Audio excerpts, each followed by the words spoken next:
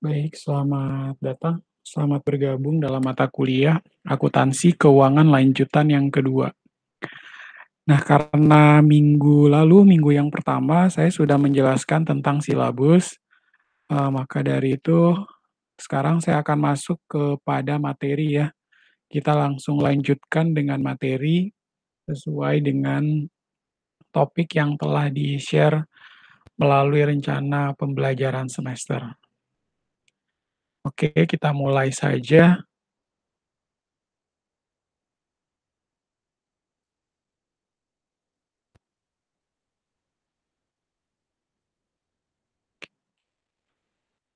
Nah, pembahasan kita hari ini berkaitan dengan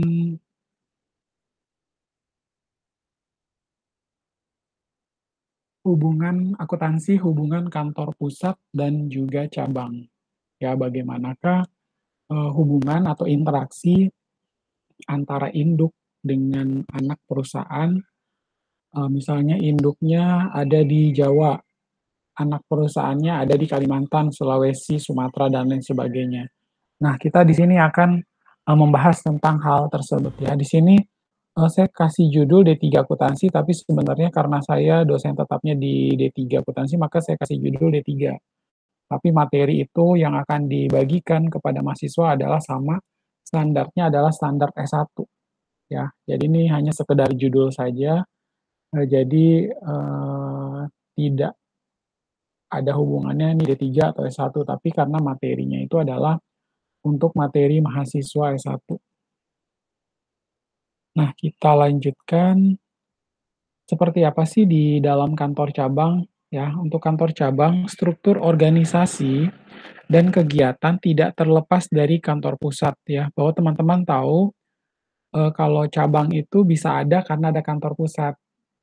Kalau ada markas besarnya, ada kantor pusatnya, pasti mereka juga punya kantor cabang yang tersebar di beberapa daerah tertentu atau area tertentu. Maka dari itu setiap kegiatannya yang dilakukan oleh kantor cabang tentunya itu berdasarkan instruksi dari pusat.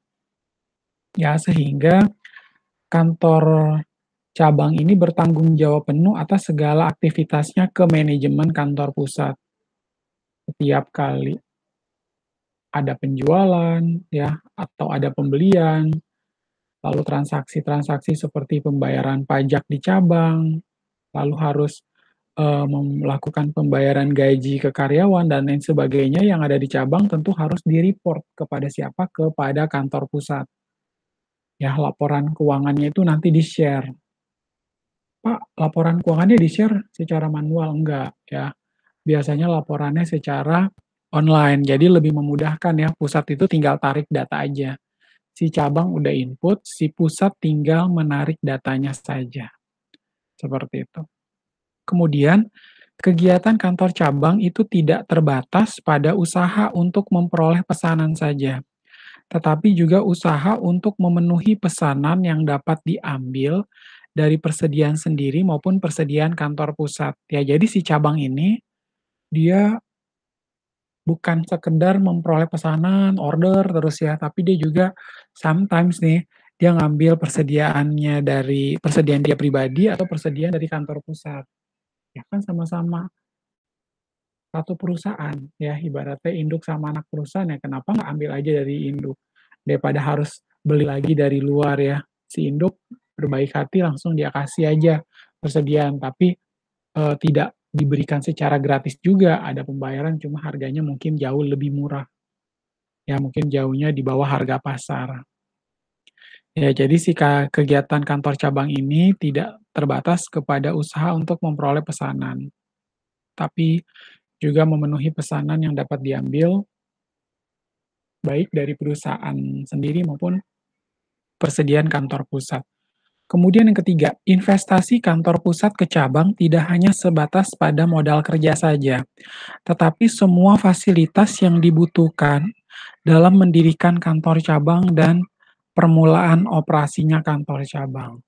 Ya, jadi si pusat ini kan dia, ya namanya juga dia pengen ekspansi dong ya. Dia ekspansi perusahaan, jadi dia punya perusahaan di banyak tempat. Nah, biasanya dia anggap itu sebagai cabang-cabangnya dia. Ya, ada di sini, ada di sini, ada di sini. Ya, kita ambil contoh misalnya kayak Gramedia ya. Ada Gramedia Pusat, berarti pasti ada Gramedia cabang kan. Masing-masing cabang berdiri di daerah-daerah tertentu ya, hampir di seluruh pelosok di Indonesia.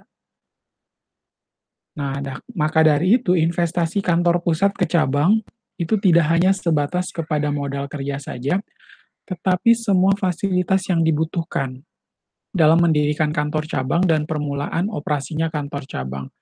Lalu dia sediain yang namanya fasilitas-fasilitasnya, ada gudangnya, ya, kemudian dia sediain gedungnya juga, kemudian dia siapin lah semuanya sampai tersedia, ya. Lalu dikasih konsep, "Begini loh mekanisme kerja kalau di pusat." Nah, akhirnya si cabang akan dikasih penjelasan supaya kayak memindahkan aja ya, memindahkan apa, memindahkan ilmu dari pusat ke cabang. Ya, ceritanya perusahaan ingin membuat semakin besar, maka dari itu dia cuma mindahin ilmu aja. Kita di pusat seperti ini, berarti nanti kalian cabang-cabang harus melakukan demikian. Jadi mereka melakukan meeting terus-menerus, ya. Meetingnya itu nanti bisa secara online, kalau dalam kondisi pandemi COVID-19 ini biasanya dalam dilakukan secara online, bisa via Google Meet atau menggunakan Zoom dan lain sebagainya. Ya, untuk memudahkan pengerjaan dan juga hal-hal yang dianggap penting dan perlu. Nah, itu adalah karakteristik daripada kantor cabang. Lalu agen tuh apalagi, Pak?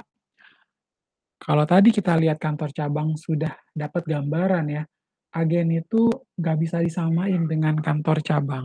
Dia beda lagi definisinya. Agen adalah struktur organisasi dan kegiatan terlepas dari kantor pusat atau berdiri sendiri. Ya, jadi dia terlepas dari kantor pusat dan dia independen berdiri sendiri. Oleh karena itu, satu kantor agen dapat mengageni beberapa perusahaan. Sehingga kantor agen tidak bertanggung jawab ke kantor pusat, tapi bertanggung jawab ke pengelola agen. Ya, jadi si kantor agen ini dapat mengageni beberapa perusahaan sekaligus, tapi dia nggak punya kewajiban buat melakukan report ke kantor pusat ya. Ini bukan bagian daripada perusahaan loh, bukan bagian daripada perusahaan induk. Dia berdiri sendiri. Ya, jadi dia hanya bertanggung jawab kepada pengelola agen. Kemudian kegiatan kantor agen terbatas pada usaha untuk memperoleh pesanan. Ya, dia hanya untuk memperoleh pesanan dan calon pembeli saja. Namanya juga agen perantara, ya kan? Dengan demikian, agen itu hanya sebagai fungsi pemasarnya saja, ibaratnya sebagai marketingnya aja nih. Dia cari nih siapa sih kira-kira yang membeli barang ini, ya kan? Soalnya perusahaannya memang bergerak menjual barang-barang seperti dia satu produk tertentu, misalnya knalpot, dan ini kan knalpot agak sulit kan menjual atau memarketingkan. Akhirnya dia cari agen, dan si agen ini yang mencarikan calon pembeli. Oh ternyata dari si agen berhasil bisa mencari pembeli-pembeli yang ada di sini, seperti itu. Ya, jadi dengan demikian agen hanya sebagai fungsi pemasarnya saja. Lalu investasi kantor pusat ke agen itu hanya sebatas modal kerja saja. Ya, kalau tadi kita lihat di kantor cabang, investasi kantor pusat ke cabang tidak hanya sebatas modal kerja, tapi kalau agen, investasi kantor pusat ke agen itu hanya sebatas modal kerja saja. Jadi teman-teman bisa lihat ya ada perbedaannya ya. Oh, ternyata perbedaannya demikian. Ya, seperti itu. Nah, kemudian kita lanjut.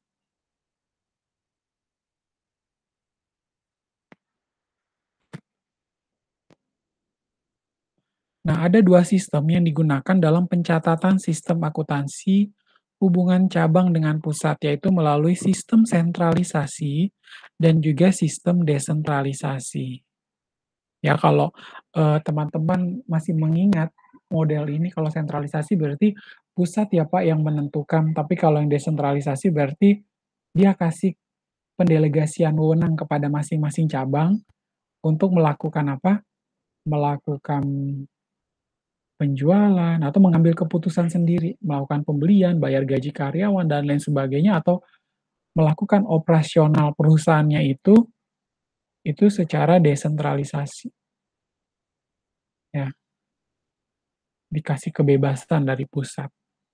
Ya kalau di pemerintahan itu, misalnya presiden kasih pendelegasian wewenang kepada gubernur-gubernur yang ada di masing-masing provinsi untuk mengelola daerahnya ya, ibaratnya kayak gitu. Kalau sentralisasi berarti pemerintahan yang, mana dia adalah pemerintahan diktator. Kalau sentralisasi, dia maunya segala sesuatu keputusan itu harus dari dia nggak percaya sama orang, dia nggak kasih kebebasan ke orang-orang untuk mengambil keputusan. Nah, itu bedanya sebenarnya begitu. Nah, kita lihat dalam sistem sentralisasi, akuntansi kantor cabang diselenggarakan oleh kantor pusat, ya. Di dalam sentralisasi itu,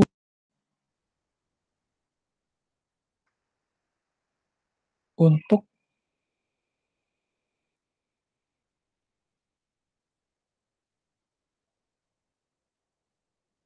akuntansi kantor cabang diselenggarakan oleh kantor pusat. Jadi hampir mirip dengan pencatatan kantor agen di mana laba rugi kantor agen dipisahkan dari rugi laba kantor pusat.